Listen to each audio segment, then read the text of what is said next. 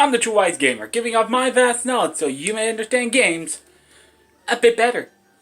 Usually whenever I talk about Gundam, it's usually a part of something else entirely. But when talking about Gundam in and of itself, I don't have a lot to say. That's not to say that Gundam's bad or anything, or not interesting enough to talk about.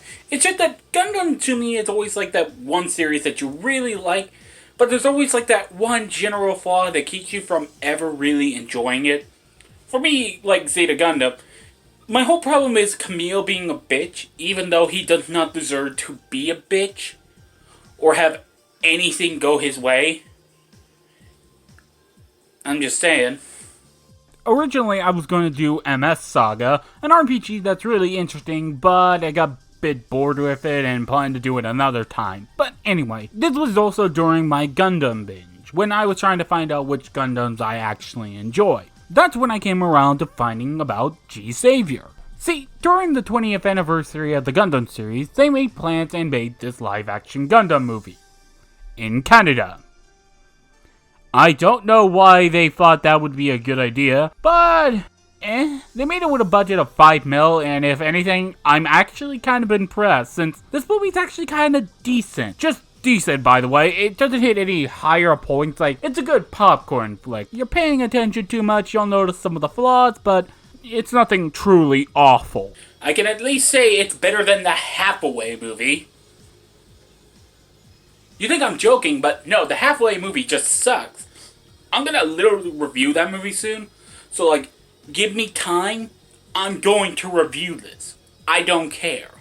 To be blunt, this movie at its best is an interesting concept and idea for Gundam. See, in the far future, where the Earth Federation is now gone and replaced with consent, yes, dumb name aside, it's just the Earth Federation with the dumb name. I don't know why they didn't keep it with the Earth Federation, but whatever. Though the collapse of the Earth Federation is important since it basically gave all the colonies, who they were always fighting with, full autonomy, meaning they were actually free. Well, some of them. Some of them still stayed with her, but that's a whole other matter.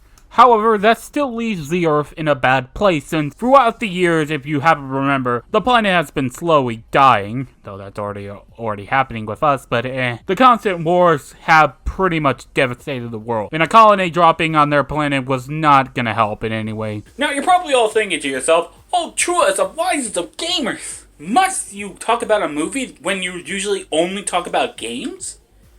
Well, stick till the end of this part of the movie review, and then you'll be a little surprised. Trust me. The conflict for the movie is that, well, basically Earth is suffering from a major famine, which the actually autonomous colonies are not, and are just not going to deal with the Earth at all. Which is actually kind of bizarre in a way, since my favorite Gundam, UC Gundam, well, Full Frontal's plan was to actively just embargo Earth to the point that it would just die out, since it really did rely on a lot of the colonies for its support to survive. Our movie follows Mark Curran, a former MS pilot who quit the military after some stuff happened and he disobeyed orders, who is now working for an underwater rig, which they're also trying to figure out a way to help the famine with underwater agriculture.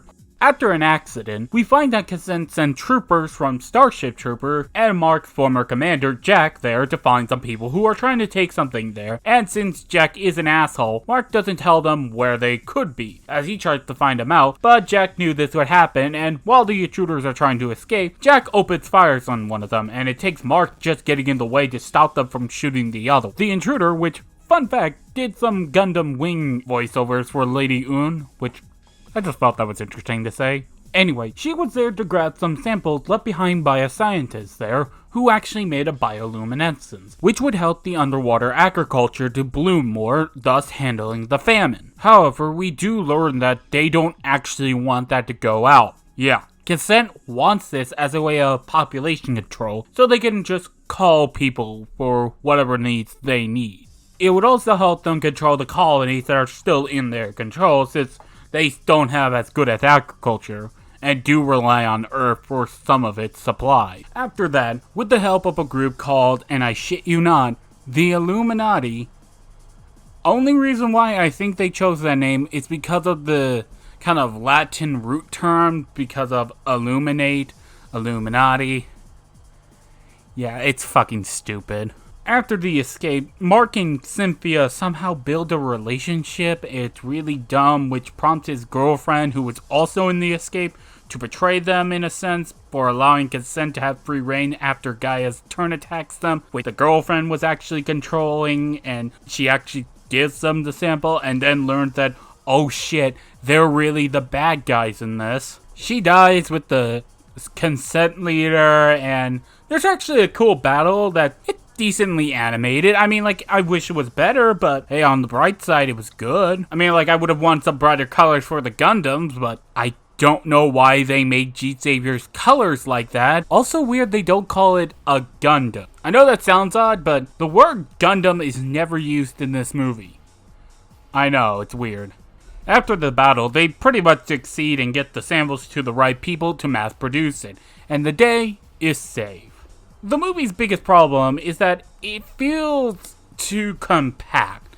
It feels like there's not enough, well, in my opinion, Gundam always works better with political drama since it always makes the conflict feel bigger because we have more of a stake, a bigger idea of what's going on. You know what I mean? Here, on the other hand, I felt as though, oh joy, a very generic plotline. Though, to be fair to this movie, it's not like the movie isn't trying. I mean, like, the actors are trying to make something good out of it. I also need to say that the movie kind of feels slow-paced. Like, there are just scenes here that go on for way too long or serve little purpose. Like, the relationship between Mark and Cynthia, it barely goes anywhere. It doesn't feel very earned, if that makes sense. In fact, why did Mark have a girlfriend? She serves no literal purpose in this movie than to waste time. I mean, like, she could have been replaced with a more reasonable excuse about why the turrets attacked them. Like, I don't know, a virus hit them and basically deleted itself so that they could have access to this place without anyone raising a flag about this. Something I would just remove out of the plot in general was the Side 8 Illuminati base, which, why was it even here? It literally adds nothing. We just say, oh hey boss, we just found the sample. Oh great, that's cool. Though I will always say something about this movie. For a small budget of $5 million, they really did a lot with that movie's budget. And strangely enough, again, I have to really praise this movie's CGI with its Gundam fight, which are just actually good. Like, they're decent. Like, nothing too stellar, but something decent. You know what I mean? Now, if you also now notice, the video's still going, and we still have some time left. What the heck are we gonna talk about? Well, remember, folks, at the end of the movie, yeah, they won the battle, but they actually started a war. Remember, consent was fired upon by Side 8. There is no political maneuver where you can get past that. And thus, where today's review begins truly. As we're not going to just talk about G-saviour the movie, we're going to talk about G-saviour the game. And also, I would like to also mention that I'm the first review to talk about this game. God, I'm so lucky. Basically, what we have here is a game only released in Japan about a movie that was made in the West. Yes, I know it has the Japanese stuff, but still my point.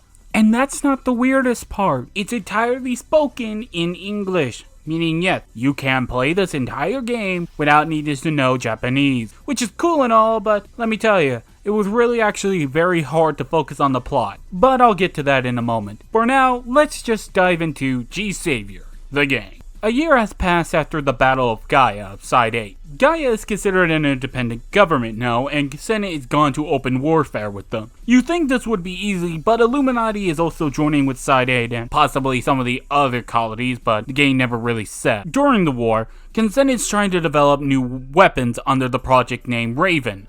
In response, the Illuminati makes the Lightning Squad, mostly offshoots of G-saviour called J-saviors and G-saviour itself. We play as Reed Fox McCloud, who pilots the G-saviour. No idea what happens to Mark after this. Nobody really knows. It's complicated.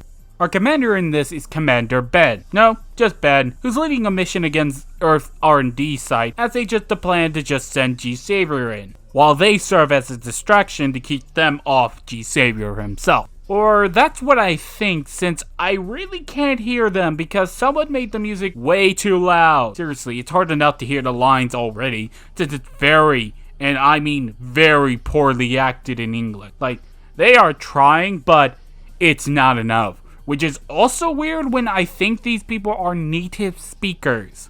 I couldn't find them online. Though, to be fair to the music, it's actually pretty good. Most of them are very short tracks, like a minute at best, which are still good regardless. I really like the first track when the gameplay happens, and let's actually talk about the gameplay now, since might as well, it's gonna be short too. The game is a third-person shooter. We control the Gundam, which is very tanky, but if you press the L3 button, it'll go into hover mode, which can move faster and can strafe, but you can't really turn it. Well, easily, but still. It'll also take time to recharge, so be aware of that, so turning it off and on and letting it recharge is better than letting it turn off automatically and taking time to recharge. Well, that's just a given anyway. By using the square button, you can use your laser rifle, basically your main weapon throughout the entire game. You also have an energy shield that can be constantly used as long as you put it down and let it recharge if you get hit, though an explosion will go over it regardless and damage you. Be aware also, there is no healing in the game, meaning you have to do it in one go. And if you die, you basically have to restart the entire mission, which isn't too much of a problem since most missions are like 10 minutes if you're going for all enemy, which you might want to do for a ranking since, mind you, I really go into ranking systems way too much because I'm too much of a perfectionist in that route for some reason. You also have an ultimate move, but I rarely ever used it since it did this to my PC. I also need to mention that at the end of each stage, there is a boss fight where we have to face usually against a new Raven model, but they are genuinely too easy.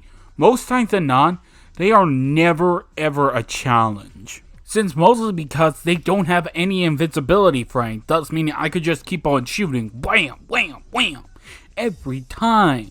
It should also be noted that there are only like 8 stages in the entire game, and yeah, this game is very short, like 2 hours long if you know what you're doing. That's never an issue for me, but I felt like I needed to mention it so that maybe if you want to try it, you know what you're getting into, you know what I mean? I'll talk about more of the game's problems when they come up, but let's continue on with the plot. After that mission, we go to a crashed colony from the 1-year war, which I really have to ask, why is it still here? Seriously, it's been over 150 years.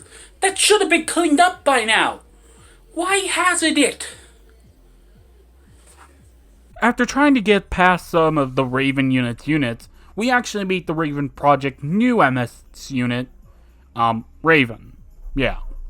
It is piloted by a guy named Reese, who quite easily defeats us, and we're about to lose our mech until the G-saviour squad just comes in and takes us away. And then the game just decided to give us G-saviour. Yeah, G-saviour is only in like 2 missions. Though then again, G-free is a better design mech-wise, so I'm not really complaining. Now the biggest problem of the game kind of begins here when you notice that basically the mech also has free type of units, basically like ones that's good on air, land, or sea. And basically the land mech is the best since it can just usually just one-shot most enemies, so you'll just choose it every time. It's that overpowered. It also helps with its unlimited hover mode, meaning I can just speed through the levels really quickly. And it should be noted that you can actually just speed through most foes in general since the game just wants you to reach this one particular spot, not killing any of the enemies, which is really odd for the game, is all I'm saying. And then with the gameplay, it's alright. It's fun overall. I mean, like, I got my fun out of it for the 2 hours the game is. I mean, like, you shouldn't come in here with a high expectation. Just note that this game's alright. If you come on in with that expectation, you'll be good for life. Alright, let's just wrap up the plot this time, since not a lot happens in between that's really interesting. After a bit, we learn the real aim of the Raven Project. That's basically making mobile weapons and mobile suits fully autonomized, meaning just having AI fight in battle. Which is quite odd, since this could be actually one of the first few pieces of media in the Gundam franchise that actually deals with autonomous war. Which is actually quite interesting for Gundam to face, maybe. I mean, like, it's kind of similar to something like in Crossbone Vanguard, where basically there were bio brains, but I don't know. But with our G3 mech now, we actually quite easily defeat him, and also he could have been possibly also kind of the mental remains of some guy named Race who we mentored as a mobile suit pilot. It's kind of stupid, and I really don't get it. But we defeat him, and the day is saved, thus putting the final nail in the coffin of the Raven project, and also the final nail in the coffin for anything Gundam after this. In fact, for those who don't know, G-saviour is actually the furthest piece of material in the Universal Century timeline, which is actually very strange. And it's also strange that no one has ever actively said that, no, this thing is not canon, which is very strange when you also remember there are novels to this. Yeah. At the end of the day, this movie and the game, they're just alright. While they're not bad like everyone keeps saying they are by no means really that interesting to watch. There are just so many fundamental flaws in them that just prevent them from hitting anywhere near higher than a C- for me, just personally. But overall, hey, I had fun, and I think that's good enough for me.